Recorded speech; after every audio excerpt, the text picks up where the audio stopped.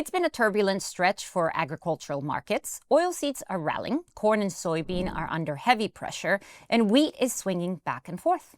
I'm Johanna Bota, and to help us break down what's driving the moves, we're joined by Bertrand Oesterle, VP of Clearing and Execution Sales at StoneX. Welcome, Bert.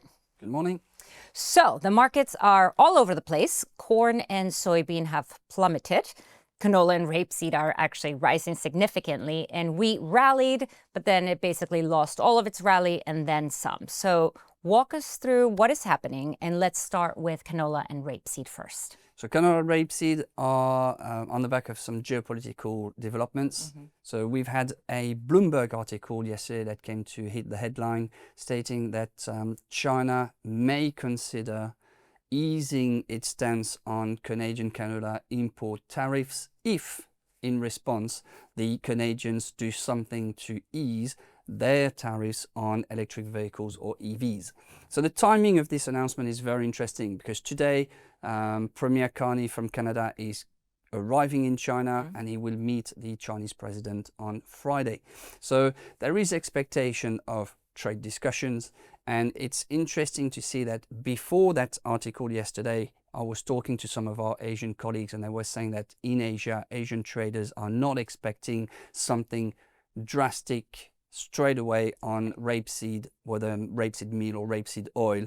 And when we spoke to our Canadian colleagues, Canadian clients are also saying that if there is a decision on EVs from Canada, it would take time because it's a very hot political topic. Right. So a bit of a surprise in that sense because we didn't expect people to make an announcement out of China saying we are willing to do something to resolve the situation. Right. So when we look then at what has happened straight away, on the headline, canola rose. Yep. As canola went up, it spilled over into rapeseed and rapeseed went up as well. Yep. And it puts things in perspective as to what we've been discussing over rapeseed over the past 2-3 months. The general initial reaction is it's a bullish headline because China would come to take out potentially one of the world suppliers in canola, and therefore the rest of the world would have to go elsewhere. Therefore, they would have to come to Europe if China is taking Canada away. Yeah. Now, nothing's been decided yet, but it's a headline that's been awaited for at least 3 months. Right. So first reaction, bullish. But then it's interesting to see how people are trying to assess how it could affect things going forward. And here I need to go back a little bit on rapeseed because if you remember in November, we had a similar story where China was saying that they were starting to buy Australian canola non-GM supplies, and the funds got excited, the specs got excited, saying if China buys Australian, they take Australia out of the picture, the rest of the world's got to go to come to Europe. Therefore, they went into buying rapeseed and they built a pretty significant position of 38.2 thousand lots long. Now, along December, that China-Australian story faded. The specs got out. They went from plus 38.2 thousand lots long in rapeseed to minus 12.3 thousand lots shorts, as reported last week. And suddenly we've got a similar story, but now it's China-Canada. Yeah. So it's going to be interesting to see if the funds reverse that position and go long again. So we've got a report from the from Euronext for the COT at 4 o'clock. That might not show us the data yet. We have to potentially wait another week. But generally speaking, we're going to have to check if the funds go and buy that Canada-China story. And then longer term, it's how the European market is going to react. Because initially, as I said, it's a bullish headline. But if you look at it in the longer term, if China starts to buy Canada supply, then they may not be as aggressive to come to buy Ukrainian or European supplies. And therefore, the European consumers may not have China as such a big competitor in their market. So bullish headline, but in the longer term, it could become bearish for rapeseed if China is less present as a competitor in Europe, especially at a time when Ukraine is still struggling to export because of the wartime logistical issues. Okay. What about corn? Why has it fallen off the cliff? So that one is down to the WASDE report.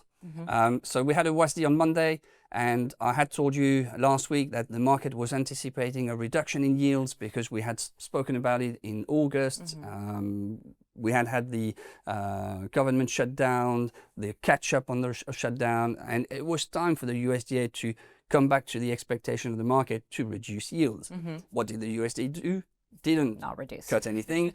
And instead of having a report that was supposed to be slightly bearish, slightly bullish, it became out as very bearish. So in a sense, when we look at the corn figures in particular, the expectation was 184 bushel per acre.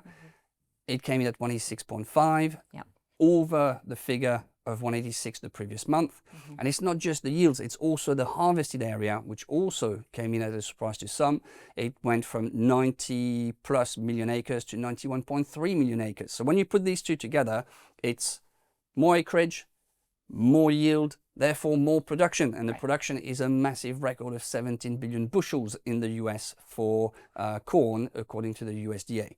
So then that fed into US stocks, world stocks. So when we look at the world stocks, it's 5 million tons more of stocks from the US into those world stocks. And also the USDA added another 5.8 million tons in China stocks. So when you put everything together, it's 11 million tons more stocks in corn worldwide. So that's the very bearish element. When you look at soybean, it's a slightly similar story. We were anticipating a correction in the yields. They came in as unchanged, 53 bushel per acre, and the area was slightly increased from 80.3 to 80.4 million acres. And so when you put that together, it means a bigger crop. Those crop details feed into US stocks, they feed into world stocks, and on top of it also the USDA has caught up with the rest of the market on Brazil by increasing its output estimates by 3 million tons from 175 to 178, which is more in line with current market expectations outside of the USDA. So putting all this together, the USDA came out on Monday, and Monday, Tuesday, more or less, corn and soybean fell because it was a surprise. It's much bigger figures than we were anticipating. So corn was down about 6%, soybean was down about 3%. Okay, and outside of the immediate reaction from the WASDE report, is there anything else that happened with corn and soybean? So in corn, the second corn crop is starting to be planted in Brazil. There's been some concern about dryness in the Pampas and also in the central Brazilian belt. Once we look at the demand, we can look at the demand in two ways. So first of all, the US exports are still at a decent pace. They're 5% ahead of the pace required to get to the annual figure from the USDA. But also over the past week, South Korea has been massively present with some 1.3 million tons of corn bought over the past week. And then to finish on corn outside of the USDA report, there's also been some data coming out of the Ukraine, specifically from APK Inform. So despite the war issue with the port facilities being bombarded by Russia and some vessels being targeted as they get to Ukraine, APK was saying that they think that there will be 1 million ton more production in Ukraine and 1 million ton more exports. So in production, we go from 30.5 to 31.5 million tons. And in terms of export, 24.5 to 25.5 million tons in estimates. Now for soybean, Tomorrow we get NOPA. Yes, exactly. So NOPA is going to be an interesting one. It will be the December figure. It's expected to be a large one again. It could be the second largest monthly crush on record. Estimates so far are sitting at 224.8 million bushels. And then when we look at Brazil, the Brazilian harvest has started. Both Abiove and Patria Agronegocios have told us it's about 0.6% harvested so far. It's slightly up from the previous year, which was 0.05% at this time. Why is it important? It's because it's starting to be harvested and it's starting to gather pace. And when we say that there's potential dryness in the Pampas and the central belt, it could allow that harvest to gather pace. Now, in parallel, we had some figures also from ANEC, and ANEC put the January export estimate from Brazil in corn at 3.73 million tons. It would be a record for January, actually for soybean, sorry, not for corn, for soybean. So it would be a record for January, and it is putting everything in context. We've been saying for a few months that the soybean crop in Brazil had been planted early, developed early, therefore it's harvested early, and there's a big expectation of a big figure for January because it would come out earlier. And that's going to be important when we consider what China is buying from the US currently, and if it can just switch back to Brazilian supplies because they're starting to get to market. When we look at the ANEC figure, it's also interesting to see that they've put the Brazilian export estimate for 2026 at 112 million tons, so up from 109 last year. And their estimate is even more interesting when we look at the details of the destinations, and they look at China being at 77 million tons compared to 87 the previous year, because they say some of the export potential to China is diverted to the US because of the current Chinese buying of US supplies. And that brings me to my favorite question of the interview, as always. How much has China bought of US soybeans? So before I go to US soybean, there was one figure this morning from the Chinese customs. The 2025 figures in terms of imports from China from all origins were a record, some 6.5% better than the previous year, or higher, I should say, 111.8 million tons. Ooh. Now, when we look at the data from China having bought US soybean, it's been still ongoing. We're around the 11.4 million ton mark. Okay. So we're not far off the 12 million tons that Besant wanted to achieve by December, and then he pushed it to by the spring. So we're very close to that figure. Then in terms of the domestic auctions, they are also interesting. So we have had the fourth auction from Sinograin domestically. And that auction was on Tuesday. It was a very large one, 1.1 million tons, and it had a 100% clearance uptake. What does it mean? It means the Chinese market bought the whole lot. Yeah. And it goes to confirm that the market, and especially the Asian traders, are of the opinion that China is rotating inventories. So they're getting out with the old, in with the new, and the in with the new is basically US imports to satisfy the political element and to try to appease the Trump administration. Will they commit to the new target? Well, that's the big question. So we're getting to the point where we end phase one, 12 million tons. Besant said the next one is 25 million tons, and it's 25 million tons for the rest of 2026. Right. When Brazil is starting to get so early, China has choice, and it's going to be a choice of political appeasement.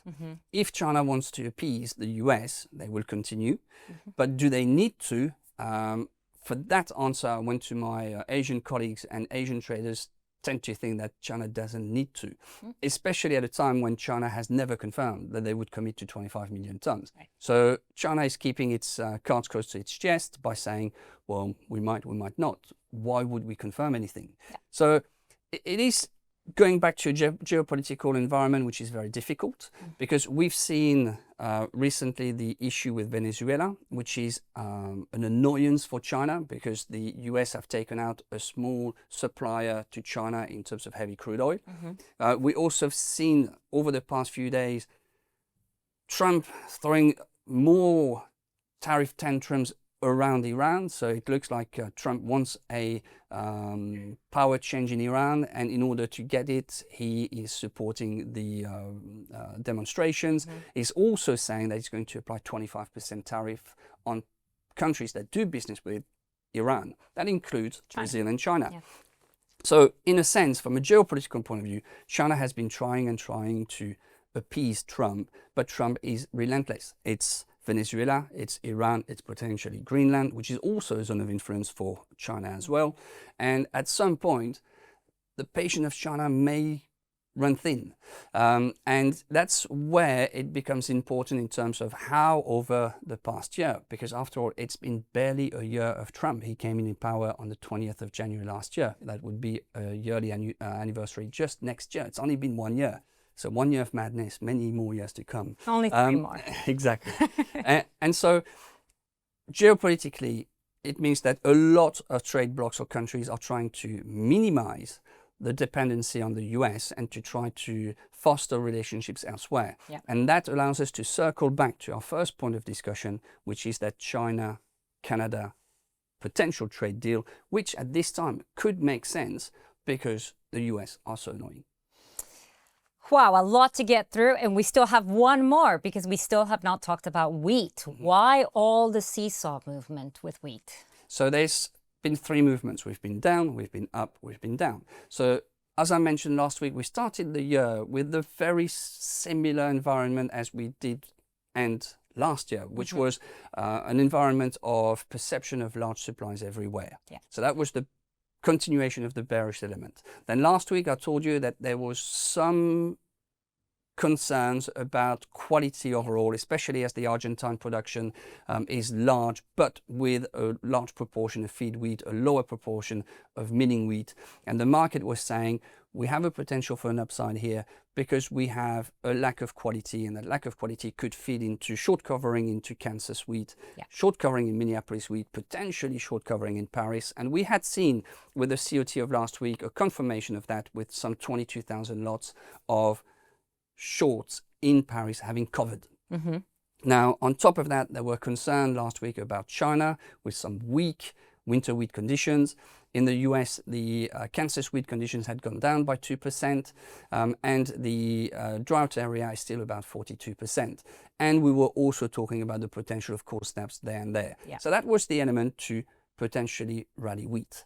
And this week, what did we get? Well, we got this WASDE report that came in very bearish corn, and therefore being bearish corn, it fed into spillover pressure into wheat because of the feed compound point of view and that link.